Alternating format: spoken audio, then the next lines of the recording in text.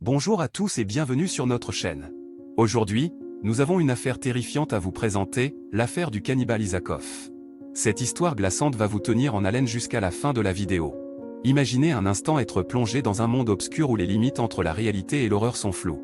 C'est précisément ce que nous vous proposons aujourd'hui avec cette affaire qui a traumatisé des milliers de personnes à travers le monde.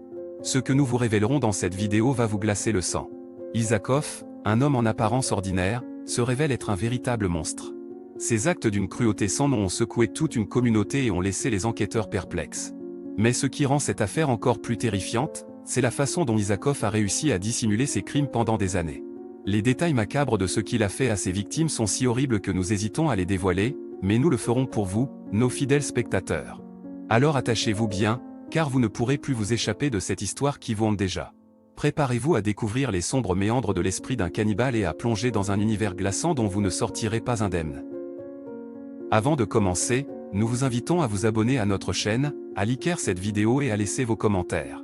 Votre soutien est essentiel pour nous permettre de continuer à vous offrir du contenu de qualité. Alors, sans plus attendre, plongeons ensemble dans l'affaire terrifiante du cannibale Isakov. Salut à tous! Aujourd'hui, je vais vous raconter une histoire terrifiante qui a secoué la petite ville de Saint-Étienne-de-Beauharnois, en France. L'affaire dont je vais vous parler est celle du cannibale Isakov, un homme dont la simple évocation fait frissonner d'effroi les habitants de cette paisible localité. Tout a commencé un sombre soir d'hiver, alors que la neige tombait en abondance sur Saint-Étienne-de-Beauharnois. Les rues étaient désertes, à l'exception de quelques courageux qui osaient défier les éléments pour se rendre chez eux. C'est dans ce contexte glacial que les premières victimes d'Isakov ont été découvertes. Les autorités locales étaient déconcertées face à ces meurtres macabres. Les corps mutilés et démembrés semblaient témoigner d'une violence inouïe. Les habitants, quant à eux, vivaient dans la peur constante.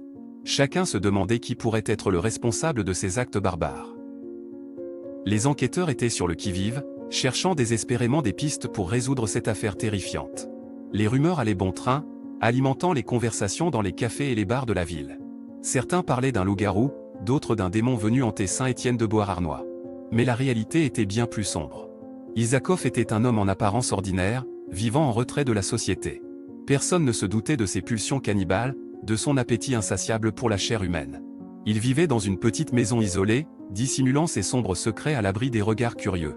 Pendant des mois, Isakov a continué à semer la terreur dans la ville. Ses victimes étaient choisies au hasard, sans aucune distinction. Hommes, femmes, jeunes, vieux, personne n'était à l'abri de sa cruauté.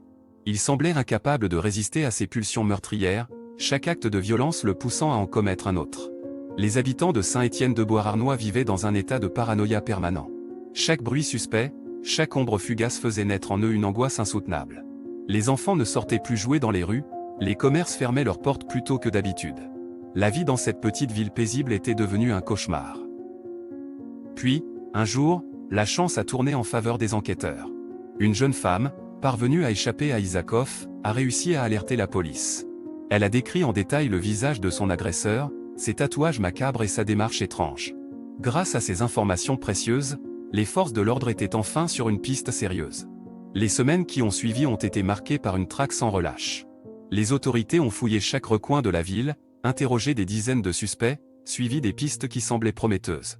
La tension était palpable, chacun espérant que la capture d'Isakov mettrait fin à cette terreur.